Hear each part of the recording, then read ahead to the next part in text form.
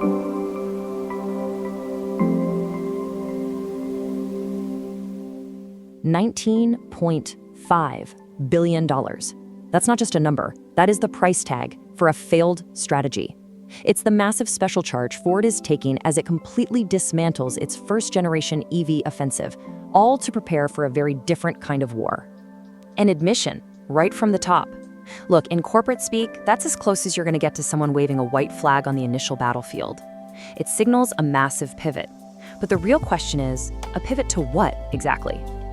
This is AutoRead. We decode the machines and the markets that move the world. Okay, so to really understand Ford's counteroffensive, we have to first diagnose the implosion. The initial strategy was a full-on assault with these big premium electric vehicles. And the results? Well, they were nothing short of catastrophic. I mean, get this. The flagship F-150 Lightning, the best-selling electric truck in the US, has been discontinued as a pure battery electric vehicle. Done. The entire Model E division is just hemorrhaging cash, with projected losses hitting a staggering $5.5 billion this year alone. Sales are collapsing. And Ford itself is on the record admitting the business case for these expensive trucks has just fundamentally eroded. So what on earth went wrong? This wasn't just a market downturn, you know? This was a fundamental miscalculation of the customer and of the technology. Ford's first shot was aimed squarely at the early adopter. You know the type. Loves the new tech, is willing to pay a premium, and will kind of forgive practical problems, like watching your range get sliced in half when you tow something. But the mass market, the core truck buyer, they operate on a completely different logic. For them, it is all about utility and affordability. A truck is a tool, and any compromise on what that tool is supposed to do, that's a deal breaker. End of story. And you know what? The market data confirms this whole disconnect. It's documented across tons of industry analyses. While growth for those high-end premium BEVs has cooled way off, the demand for more practical solutions, hybrids and plug-in hybrids, is absolutely surging. The mass market is voting with its wallet, and it is not choosing a $60,000 BEV that can't get the job done. The verdict was clear, and frankly, it was brutal.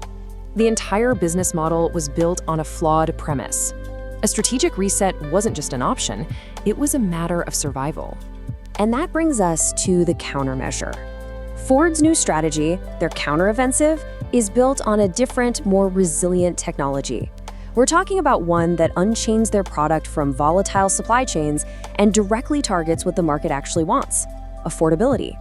Say hello to the sodium-ion battery. Now, let's be clear, this isn't a direct replacement for high-performance lithium-ion.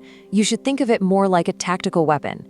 It uses sodium, one of the most abundant elements on Earth, to offer a low-cost, stable, and geopolitically insulated alternative. And the data compiled from sources like the Bloomberg NEF 2025 battery survey, it tells the whole story.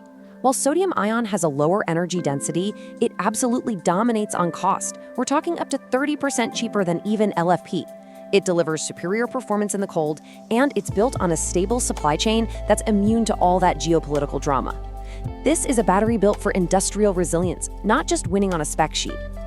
This right here represents the core engineering pivot.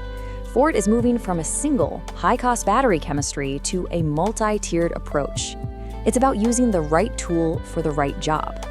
And this just brilliantly illustrates why sodium-ion is the perfect countermeasure.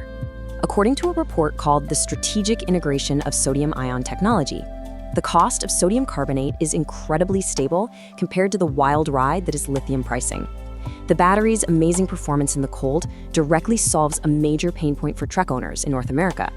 And crucially, its lower energy density becomes irrelevant in an extended-range electric vehicle, an EREV, where a smaller, cheaper battery is constantly being replenished by a small gas generator. So here's the crucial point. This isn't just a pivot for Ford. This is a move that redefines the entire competitive landscape.